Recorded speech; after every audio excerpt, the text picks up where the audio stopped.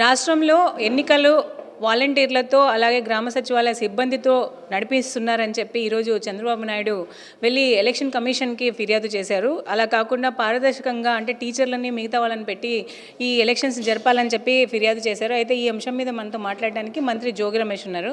సరే, ఈరోజు ఎలక్షన్ కమిషన్కి అనేక ఫిర్యాదులు అందుతున్నాయి రాష్ట్రంలో. అంటే ఎప్పుడు చూస్తే ఎలక్షన్స్ అనేవి టీచర్స్ లేకపోతే ప్రభుత్వ సిబ్బందితో నడుపుతారు. కానీ మీరు తీసుకుని వచ్చిన గ్రామ వాలంటీర్లు సచివాలయంలో ఉన్న ఉద్యోగులతోటి ఈసారి ఎలక్షన్స్ని మీరు నడిపించడం ఎలా చూడాలి? సచివాలయ ఉద్యోగులు కూడా ప్రభుత్వంలో భాగస్వాములే. రిక్రూట్మెంట్ ద్వారానే తీసుకుంది అది. ఇంతకుముందు టీచర్లని రిక్రూట్మెంట్ ద్వారానే తీసుకున్నారు. ఇప్పుడు తీసుకున్న సచివాలయ వ్యవస్థ ఉద్యోగస్తులు కూడా రిక్రూట్మెంట్ ద్వారానే తీసుకున్నారు.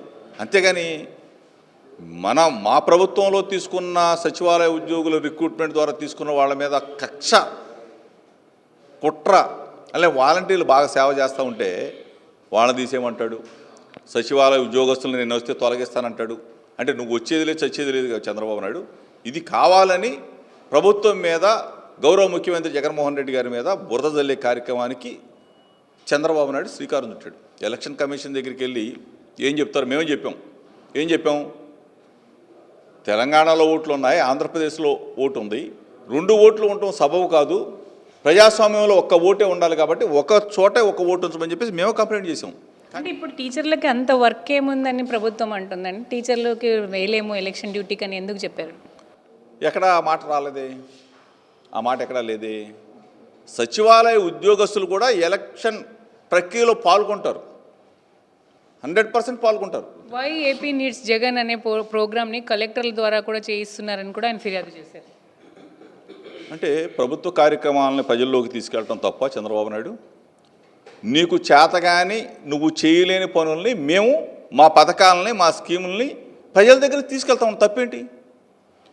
జనమే ప్రజలే వై నాట్ 175 జగనే మళ్ళీ ముఖ్యమంత్రి కావాలని చెప్పి వాళ్ళు కోరుకుంటా ఉంటే కలెక్టర్లు వెళ్ళి చెప్తారా జగన్మోహన్ రెడ్డి గారికి ఓటేమని చెప్తారా? ఎక్కడని చెప్పారని చెప్పానండి. దాని మీద మేము కూడా చర్యలు తీసుకుంటాం. అంతేగాని పిచ్చి మాటలు కారు కూతలు కోయడం చంద్రబాబు నాయుడుకి అలవాటు. మీడియా ముందు ఒక గంట సొల్లేయటం చంద్రబాబు నాయుడుకి అలవాటు. రాష్ట్రంలో సెంట్రల్ పోలీసులను తీసుకురావాలి అని చెప్తున్నారు, లా అండ్ ఆర్డర్ కాపాడి. సెంట్రల్ పోలీసులు కాబట్టి అమెరికా నుంచి పోలీసులు తెచ్చుకోమనండి. ప్రజల మనసుల్లో సుస్థిరంగా వైఎస్ఆర్ కాంగ్రెస్ పార్టీ ఉంది, ఫ్యాన్ గుర్తుంది. జగన్మోహన్ రెడ్డి గారు ముఖ్యమంత్రి కాబోతా ఉన్నారు.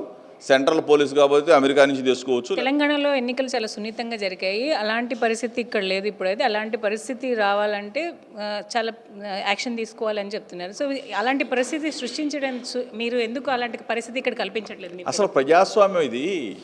మా ప్రభుత్వం, మేము ఎక్కడైనా అరాచకాలకు పాల్పడతామా? మా ప్రభుత్వంలో మేము ఎక్కడైనా సంఘ విద్రోహ శక్తులు పనులు చేస్తారా? చేస్తే ఊరుకోం కదా. మా ప్రభుత్వంలో అంతా సజావుగా జరగాలి, సక్రమంగా జరగాలి, ఎన్నికలు ప్రశాంతమైన వాతావరణం జరగాలి. ప్రజలు రెడీగా ఉన్నారు. అసలు చెత్త ఆరోపణలు చంద్రబాబు నాయుడే చెత్త, ఆయన ఆరోపణలు అంతకన్నా చెత్త. సో ఇది రాష్ట్రం అంతా ప్రశాంతంగా ఉందని వాలంటీర్లతో లేకపోతే సచివాలయ ఉద్యోగస్తులతోటి ఈ ఎలక్షన్ జరిపిన తప్పేముందని చెప్పి మంత్రి జోగి రమేష్ అంటున్నారు.